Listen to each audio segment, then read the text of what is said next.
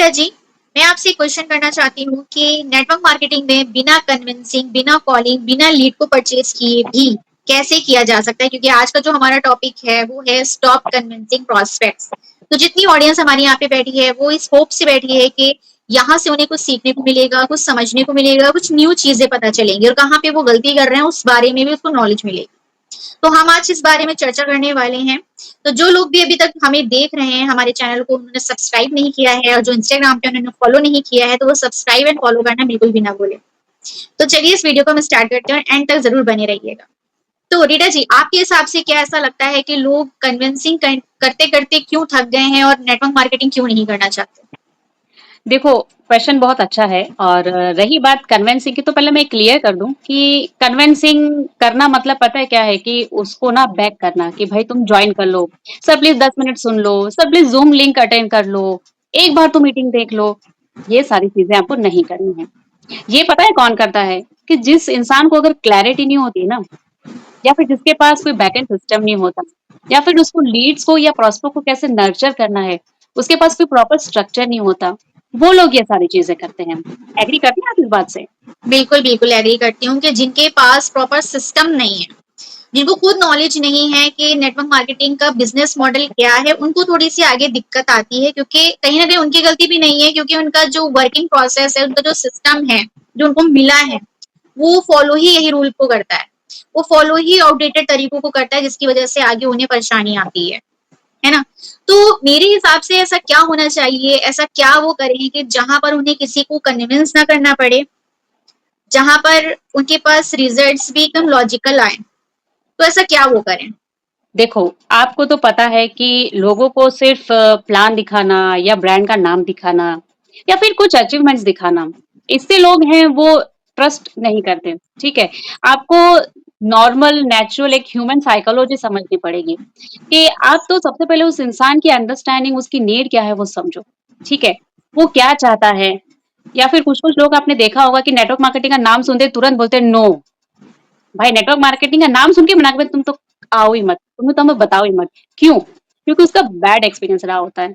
और वो bad experience क्या रहा है, जब तक आप उसे सुनोगे नहीं, आप उसको आइडेंटिफाई नहीं करोगे कि देखो, हम किसी को डायरेक्टली ये नहीं बोल सकते कि भाई आपने ये गलत किया। नो, आपको नो भी बोलना है तो अच्छे से बोलना है कि आई अंडरस्टैंड, यहाँ पे जरा सी ये चीज गलत हुई है। ठीक है, लेकिन प्रॉब्लम ये होती है कि हम अपनी स्किल्स पे काम नहीं करते।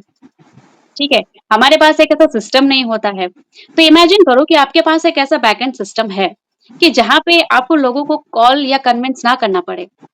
आपको बना बनाए सिस्टम ऐसा मिले कि जहाँ पे आपके लिए वो सिस्टम काम करे।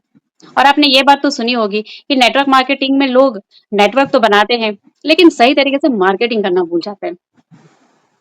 बिल्कुल बिल्कुल सही बात है। देखिए, मेरा जो पास्ट एक्सपीरियंस रहा है, क्योंकि मैं भी कन्विंस कॉलिंग मैसेजिंग वगैरह कर चुकी हूँ, तो सबसे वर्स्ट एक्सपीरियंस रहा है, क्योंकि मुझे ऐसा लगता है कि मैं उन लोगों को डिस्टर्ब कर रही हूँ जिनको नेटवर्क मार्केटिंग में इंटरेस्ट भी नहीं है।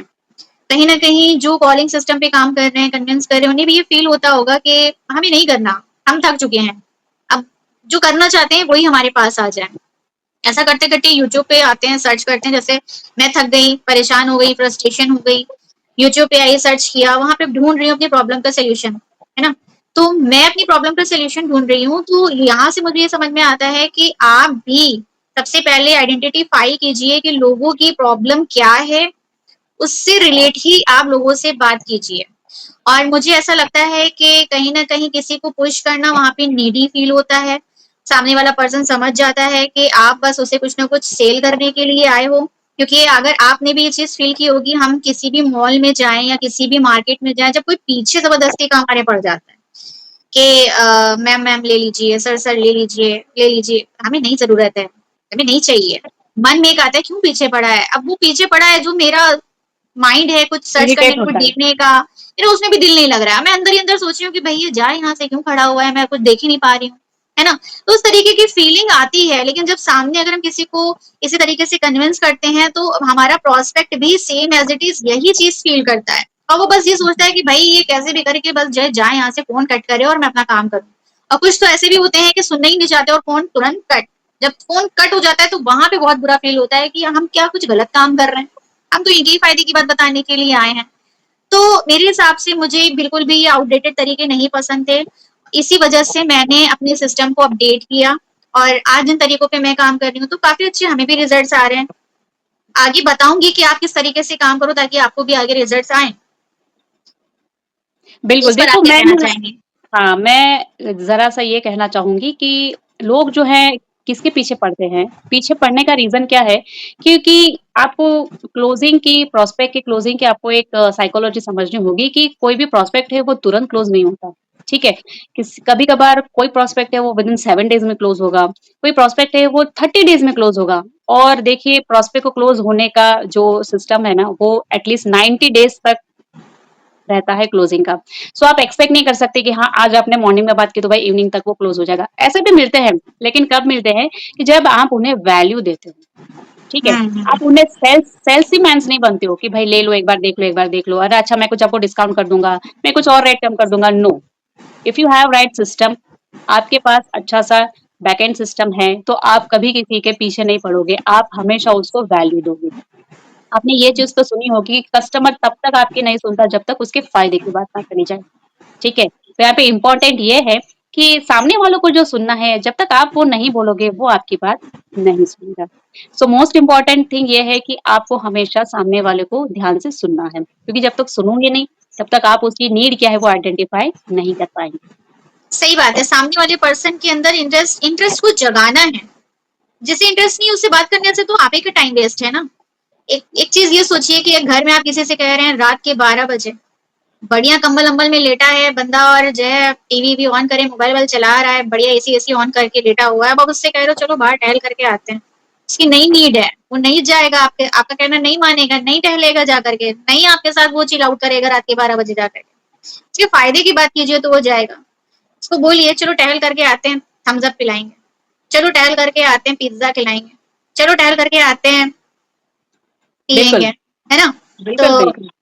जब इस तरीके की उसके काम की बात आप बोलेंगे, उसके इंटरेस्ट वाली बात बोलेंगे, तभी वो आएगा, तभी वो आपके साथ चलो, चलो, चलो, चलो, चलो चलते हैं, चलो वो करके आते हैं, चलो साथ में घूम फिर करके आते हैं।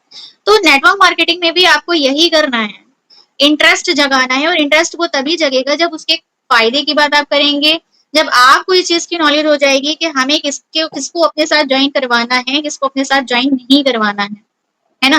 अब आप एक बात ये सोचिए कि कॉलिंग सिस्टम पे मैं ये नहीं कह रही कि कॉलिंग सिस्टम हर किसी के लिए बुरा होता है। बहुत सारे लोग हैं जो कॉलिंग सिस्टम पे काम कर रहे हैं। लेकिन मैं उनकी बात कर रही हूँ जो काम तो कर रहे हैं बट नहीं करना चाहते।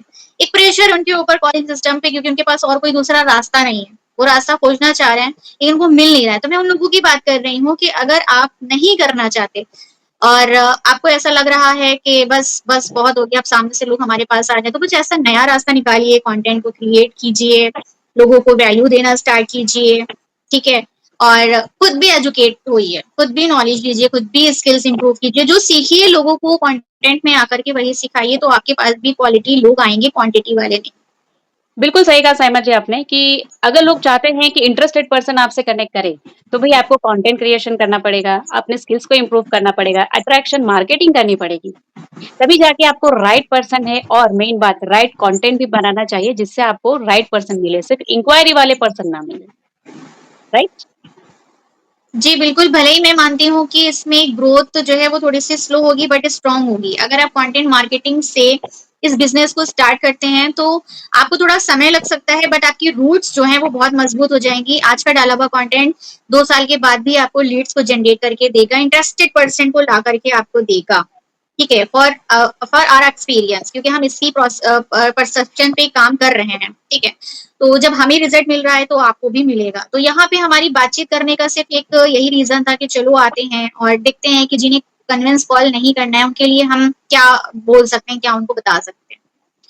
तो जी, बताइए आप बिल्कुल, कुछ कह रही बिल्कुल। हैं? मैं इससे सॉरी मैंने आपको डिस्टर्ब किया। मुझे इससे एक बात ये भी और शेयर करनी है कि देखो, कोई इंसान जब आपको मना करता है ना, कोई प्रोस्पेक्ट आपको मना करता है, दैट मीन्स इसका मतलब ये नहीं है कि वो टोटली आपको वॉच नहीं कर रहा, ठीक है?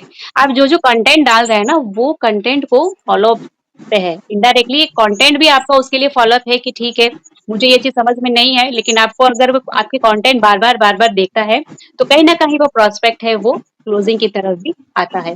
और इसका मतलब ये नहीं है कि भई आप 10-15 दिन रील डालेंगे एंड फिर और 10 दिन गायब हो जाएँगे, ठीक है? कंसिस्टेंसी इसमें बहुत मायने रखती है। जी, बिल्कुल सही बात है, कंसिस्टेंसी बहुत मायने रखती है इसमें।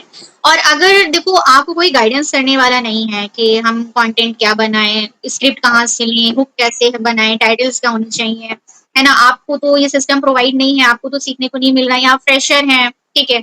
और आपको इसी सिस्टम से इस बिज़नेस को स्टार्ट करना है जहाँ पर बैकएंड में आपके लिए चीज़ें चलती रहें, अट्रैक्शन मार्केटिंग आप कर सको, आपको भी हमारे तरीके रिजल्ट्स आ सकें, नेटवर्क मार्केटिंग में नए तरीके से अगर आप स्टार्टिंग करना चाहते हैं, तो आप हमसे कनेक्ट कर सकते हैं जिसका लिंक आपको हमारी डिस्क्रिप्शन बॉक्स में मिल जाएगा।